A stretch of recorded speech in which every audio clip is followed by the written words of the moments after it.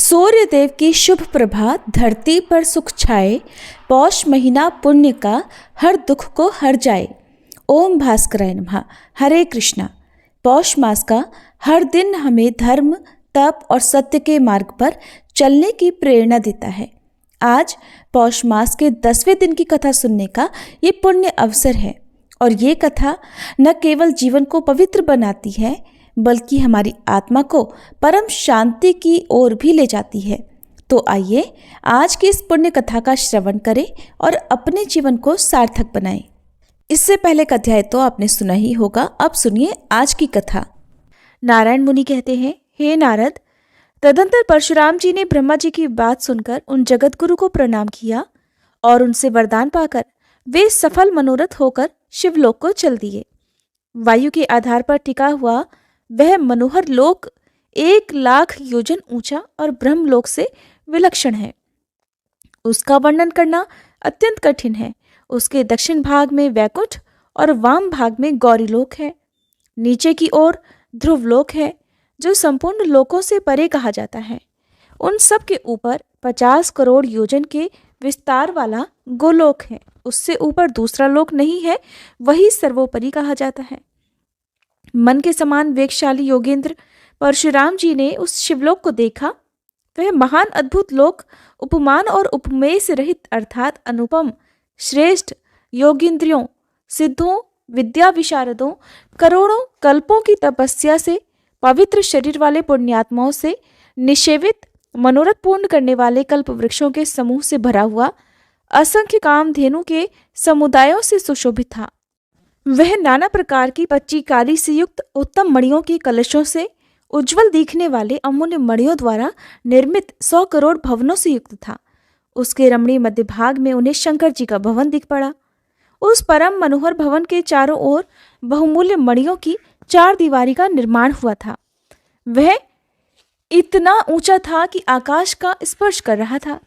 उसका रंग दूध और जल के समान उज्जवल था।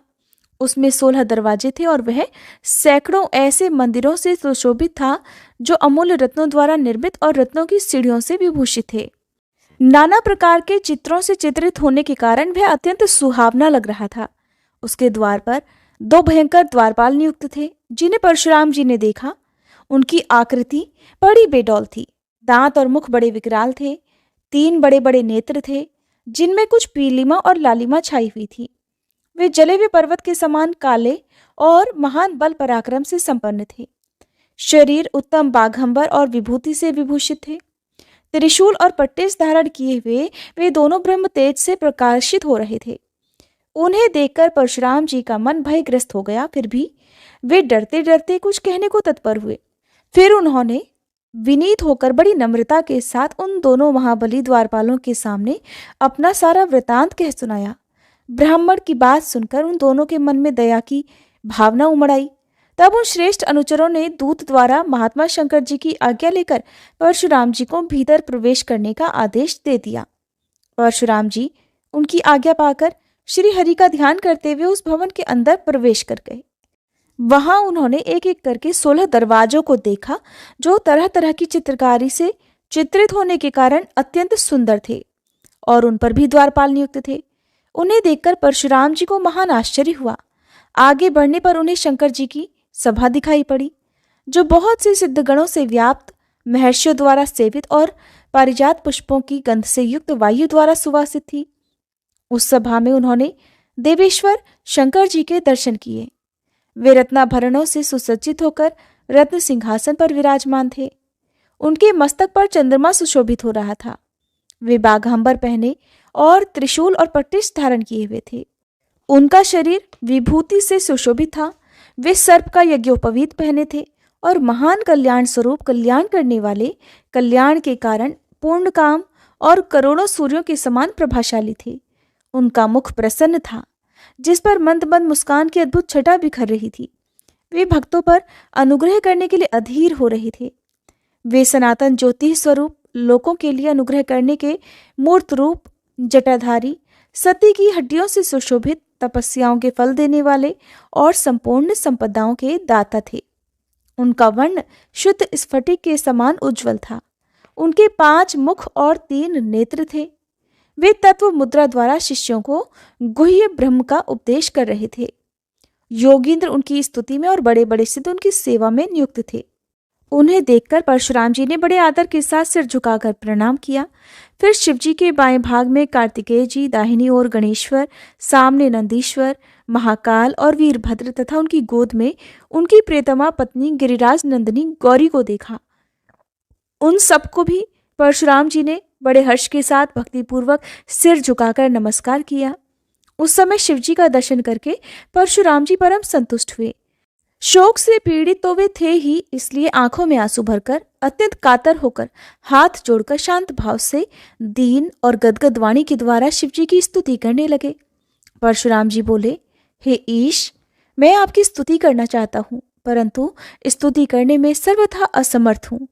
आप अक्षर और अक्षर के कारण तथा इच्छा रहित हैं, तब मैं आपकी क्या स्तुति करूं?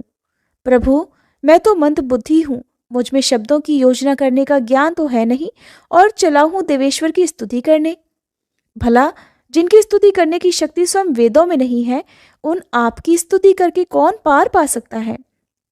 आप मन, बुद्धि और वाणी के अगोचर, सार से भी सार रूप, परात्पर, ज्ञान और बुद्धि से असाध्य, आदि मध्य और अंत से हीन तथा अविनाशी, विश्व पर शासन करने वाले, तंत्र रहित, तंत्र के कारण, ध्यान द्वारा असाध्य, साधन करने में अत्यंत सुगम और दया के सागर हैं। हे दीन बंधो, मैं अत्यंत दीन हूँ। हे करुणा सिंधु, मेरी रक्षा कीजिए। आज मेरा जन्म सफल और जीवन सुजीवन हो गया, क्योंकि भक्तगण जिन्हें स्वप्न में भी नहीं देख पाते, उन्हीं को इस समय मैं प्रत्यक्ष देख पा रहा हूँ। जिनकी कला से इंद्र आदि देवगण तथा जिनके कलांश से चराचर प्राणी उत्पन्न हुए हैं, उन महेश्वर को मैं नमस्कार करता हूँ। जो सूर्य, चंद्रमा, अग्नि, जल और वायु के रूप में विराजमान है, उन महेश्वर को मैं अभिवादन करता हूँ। जो स्त्री रूप, नपुंसक रूप और पुरुष रूप धारण करके जगत का विस्तार करते हैं, जो सबके आधार और सर्वस्वरूप हैं, उन महेश्वर को मैं नमस्कार करता हूँ।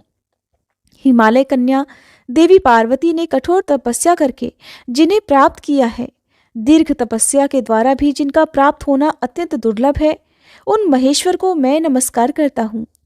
जो सबके लिए कल्प वृक्ष रूप हैं और अभिलाषा से भी अधिक फल प्रदान करते हैं, जो बहुत शीघ्र प्रसन्न हो जाते हैं और जो भक्तों के बंधु हैं, उन महेश्वर को मैं नमस्कार करता हूँ।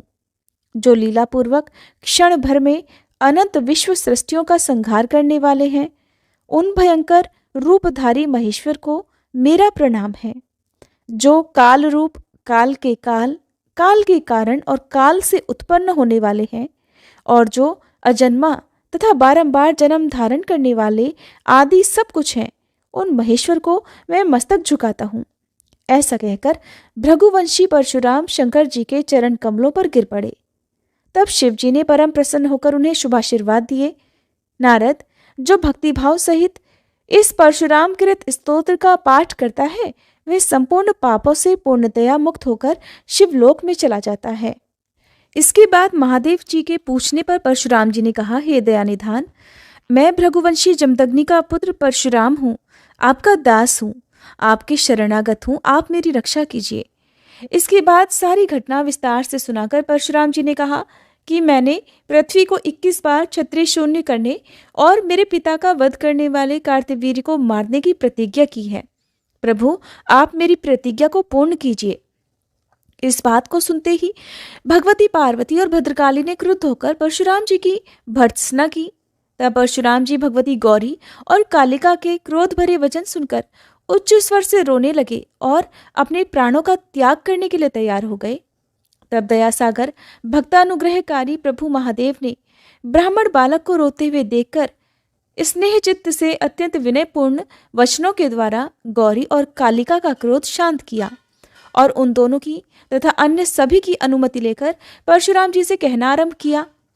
शंकर जी ने कहा, हे वत्स, आज से तुम मेरे लिए एक श्रेष्ठ पुत्र के समान हुए, इसलिए मैं तुम्हें एक ऐसा गुह्य मंत्र प्रदान करूंगा जो त्रिलोकी में अत्यंत दुर्लभ है।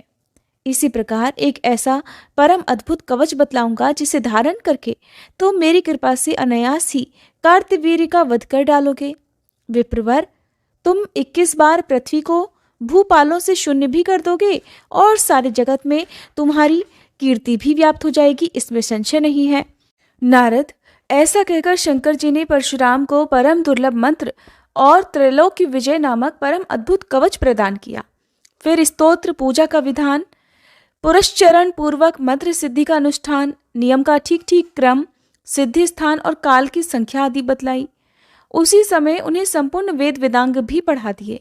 फिर शिवजी ने परशुराम को नागपाश, पाशुपतास्त्र, अत्यंत दुर्लभ ब्रह्मास्त्र, आग्नेयास्त्र, नारायणास्त्र, वायव्यास्त्र, गारुड़ास्त्र, जृंभणास्त्र, गदा, शक्ति, परशु, अमोघ उत्तम त्रिशूल, विधि पूर्वक नाना प्रकार के शास्त्रों के मंत्र, शस्त्रास्त्रों के संहार और संधान, अक्षय धनुष, आत्मरक्षा का उपाय, संग्राम में विजय पाने का क्रम, अनेक प्रकार के माया युद्ध, मंत्र पूर्वक हुंकार, अपनी सेना की रक्षा तथा शत्रु सेना के विनाश का ढंग, युद्ध संकट के समय नाना प्रकार के अनुपम उपाय, संसार को मोहित करने वाली तथा बुढ़ापा और मृत्यु का हरण करने वाली विद्या भी सिखाई। परशुराम जी ने चिरकाल तक गुरुकुल में ठहरकर संपूर्ण विद्याओं को सीखा। फिर तीर्थ में जाकर मंत्र सिद्धि प्राप्त की। इसके बाद शिवजी आदि को प्रणाम करके वे वापस आश्रम को लौट आए। नारद जी ने पूछा, भगवान, अब मेरी ये सुनने की भी इच्छा है कि भगवान शंकर ने दयावश परशुराम जी को कौन सा मंत्र और कौन सा स्तोत्र और कवच दिया था। उस मंत्र के आराध्य देवता कौन है, कवच धारण करने का क्या फल है और स्तोत्र पाठ से किस फल की प्राप्ति होती है, वह सब भी आप मुझे बतलाइए। तब श्री नारायण मुनि ने देवर्षि नारद के सामने जो कुछ भी वर्णन किया उसका वृतांत आप सभी अगले अध्याय में सुनिएगा। अब क्योंकि आज बुधवार का भी दिन है तो पौष मास महात्म्य की कथा के साथ साथ अब गणेश भगवान की कथा भी सुनिए। एक बार गणेश जी ने पृथ्वी लोक के मनुष्यों की परीक्षा लेने का विचार किया। वे अपना रूप बदलकर पृथ्वी पर भ्रमण करने लगे। उन्होंने एक छोटे से बालक का रूप धारण कर लिया। एक हाथ में एक चम्मच में दूध लिया और दूसरे हाथ में एक चुटकी चावल ले लिए। अब वे गली गली घूमने लगे, साथ ही साथ आवाज लगाते चल रहे थे, कोई मेरे लिए खीर बना दो, कोई मेरे लिए खीर बना दो।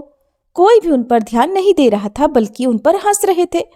वे लगातार एक गांव के बाद दूसरे गांव इसी तरह चक्कर लगाते हुए पुकारते रहे, पर कोई खीर बनाने के लिए तैयार नहीं था। सुबह से शाम हो गई, गणेश जी लगातार घूमते रहे। उसी गांव में एक बुढ़िया थी। शाम के समय वह अपनी झोपड़ी के बाहर बैठी हुई थी। तभी गणेश जी वहां से पुकारते हुए निकले, कोई मेरी खीर बना दो, कोई मेरी खीर बना दो। बुढ़िया बहुत कोमल हृदय वाली थी। उसने कहा, आ बेटा, मैं तेरी खीर बना देती हूँ।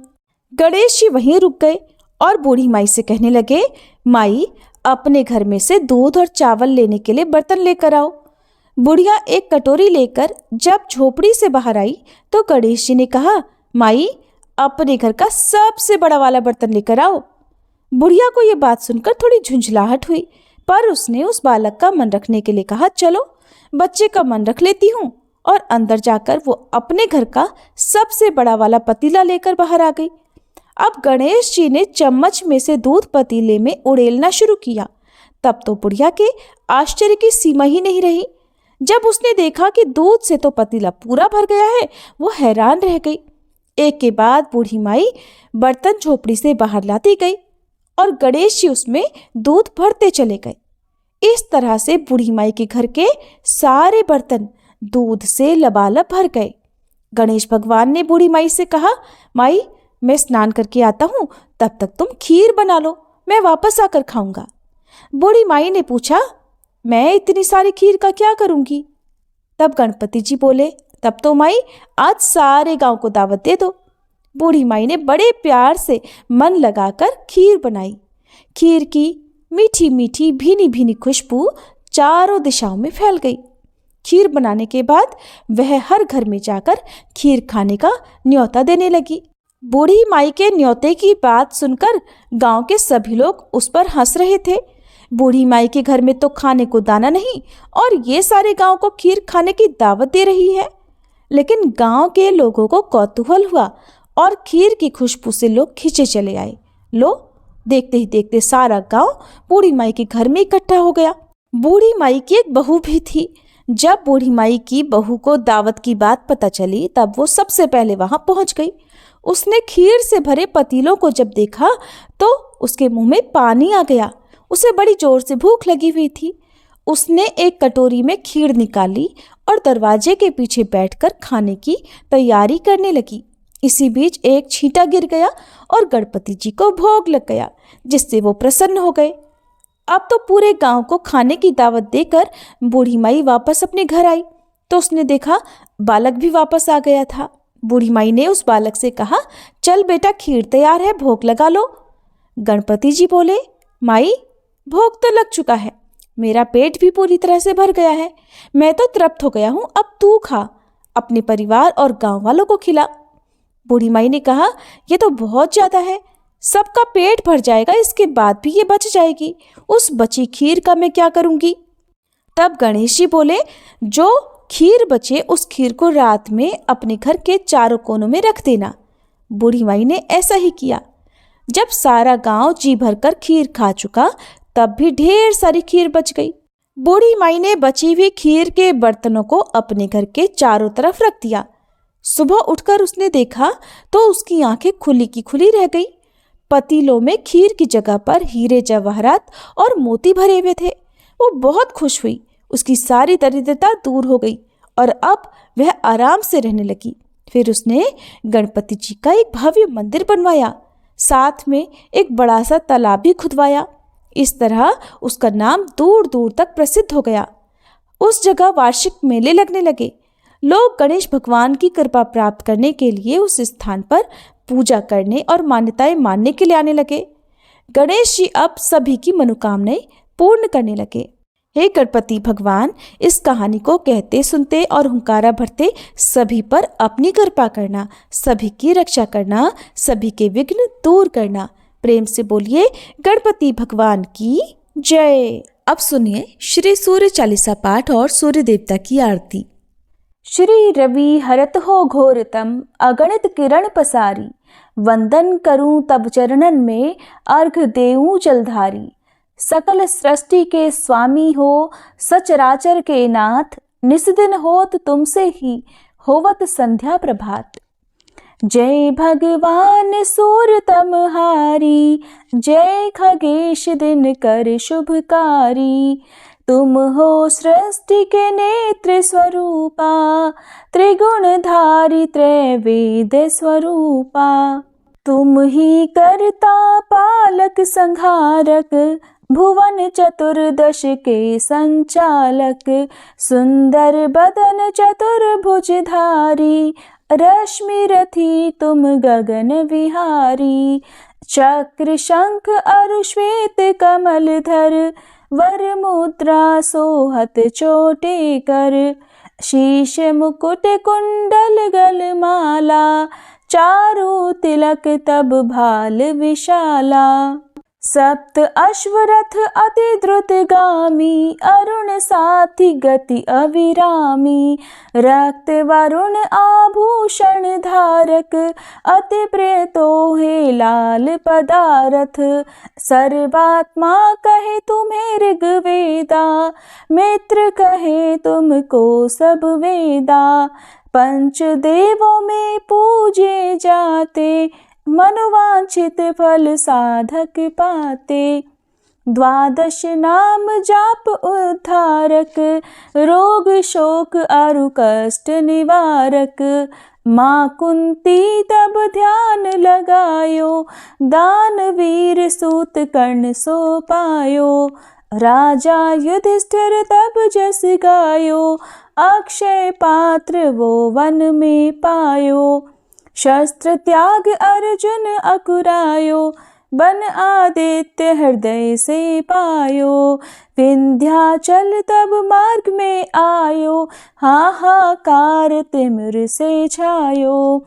मुनि अगस्त गिरि गर्व मिटायो, निज तप बल से विंध्य नवायो। मुनि अगस्त तब महिमा गाई, सुमिर भये विजयी रघुराई। तोहे विरोक मधुर फल जाना, मुख में ली नहीं तोहे हनुमाना। तब नंदन शनिदेव कहावे, पवन के सूत शनि तीर मिटावे। यज्ञ व्रत स्तुति तुम्हारी कीन्ही, भेंट शुक्ल यजुर्वेद की दीन्ही। सूर्यमुखी खरितर तब रूपा, कृष्ण सुदर्शन भानु स्वरूपा। नमन तोहे ओंकार स्वरूपा, नमन आत्मा अरुकाल स्वरूपा। दिग दिगंत तब तेज प्रकाशे, उज्ज्वल रूप तुम्ही आकाशे। दश दिगपाल करत तब सुमिरन, अंजलि नित्य करत हैं अर्पण। त्रिविध ताप हरता तुम भगवन, ज्ञान ज्योति करता तुम भगवन। सफल बनावे तब आराधन, गायत्री जप सरल है साधन। संध्या त्रिकाल करत जो कोई, पावे कृपा सदा तब वोही। चित शांति सूर्यास्तक देव, व्याधि अपाधि सब हर लेवे। अष्टदल कमल यंत्र शुभकारी, पूजा उपासना तब सुखकारी। माघ मास शुद्ध सप्तमी पावन, आरंभ हो तब शुभ व्रत पालन। भानु सप्तमी मंगलकारी, भक्तिदायिनी दोषणहारी। रविवासर जो तुमको ध्यावे, पुत्राधिक दुख वैभव पावे। पाप रूपी पर्वत के विनाशी, व्रज रूप तुम हो अविनाशी। राहु आन तब ग्रास बनावे, ग्रहण सूर्यता को लग जावे। धर्म दान तब करते हैं साधक, मिटत राहु तब पीड़ा बाधक। सूर्य देव तब कृपा कीजे, दीर्घ आयु बल बुद्धि दीजे। सूर्य उपासना कर नित ध्यावे, कुष्ठ रोग से मुक्ति पावे। दक्षिण दिशा तोरी गति जावे, दक्षिणायन वो ही कहलावे। उत्तर मार्गी तोरो रथ होवे, उत्तरायण तब वो कहलावे। मन और वचन कर्म हो पावन, संयम करता भलित आराधन। भरत दास चिंतन करत घर दिन कर तब ध्यान, रखियो कृपा इस भक्त पे तुम्हारी सूर्य भगवान। ओम जय सूर्य भगवान, जय हो दिनकर भगवान। जगत के नेत्र स्वरूपा, तुम हो त्रिगुण स्वरूपा। धरत सब ही तब ध्यान, ओम जय सूर्य भगवान। सारथी अरुण है प्रभु, तुम श्वेत कमल धारी। तुम चार भुजाधारी, अश्व है सात तुम्हारे। कोटि किरण पसारे, तुम हो देव महान। ओम जय सूर्य भगवान। उषा काल में जब तुम उदयाचल आते, सब तब दर्शन पाते। फैलाते उजियारा, जागता तब जग सारा। करे सब तब गुणगान, ओम जय सूर्य भगवान। संध्या में भुवनेश्वर अस्ताचल जाते। गोधन तब घर आते, गोधूली बेला में। हर घर हर आंगन में, हो तब महिमा गान। ओम जय सूर्य भगवान। देव दनुज नर नारी, ऋषि मुनिवर भजते। आदित्य हृदय जपते, स्तोत्र ये मंगलकारी। इसकी है रचना न्यारी, दे नव जीवन दान। ओम जय सूर्य भगवान। तुम हो त्रिकाल रचयिता, तुम जग के आधार। महिमा तब अपरंपार, प्राणों का सिंचन करके भक्तों को अपने देते बल बुद्धि और ज्ञान। ओम जय सूर्य भगवान। भूचर जलचर खेचर सबके हो प्राण तुम्ही, सब जीवों के प्राण तुम्ही। वेद पुराण बखाने, धर्म सभी तुम्हें माने, तुम ही सर्वशक्तिमान। ओम जय सूर्य भगवान। पूजन करती दिशाएं, पूजे दश दिक्पाल, तुम भुवनों के प्रतिपाल। ऋतुएं तुम्हारी दासी, तुम शाश्वत अविनाशी, शुभकारी अंशुमान। ओम जय सूर्य भगवान। ओम जय सूर्य भगवान। जय हो दिनकर भगवान। जगत के नेत्र स्वरूपा, तुम हो त्रिगुण स्वरूपा, धरत सब ही तब ध्यान। ओम जय सूर्य भगवान। ओम जय सूर्य भगवान।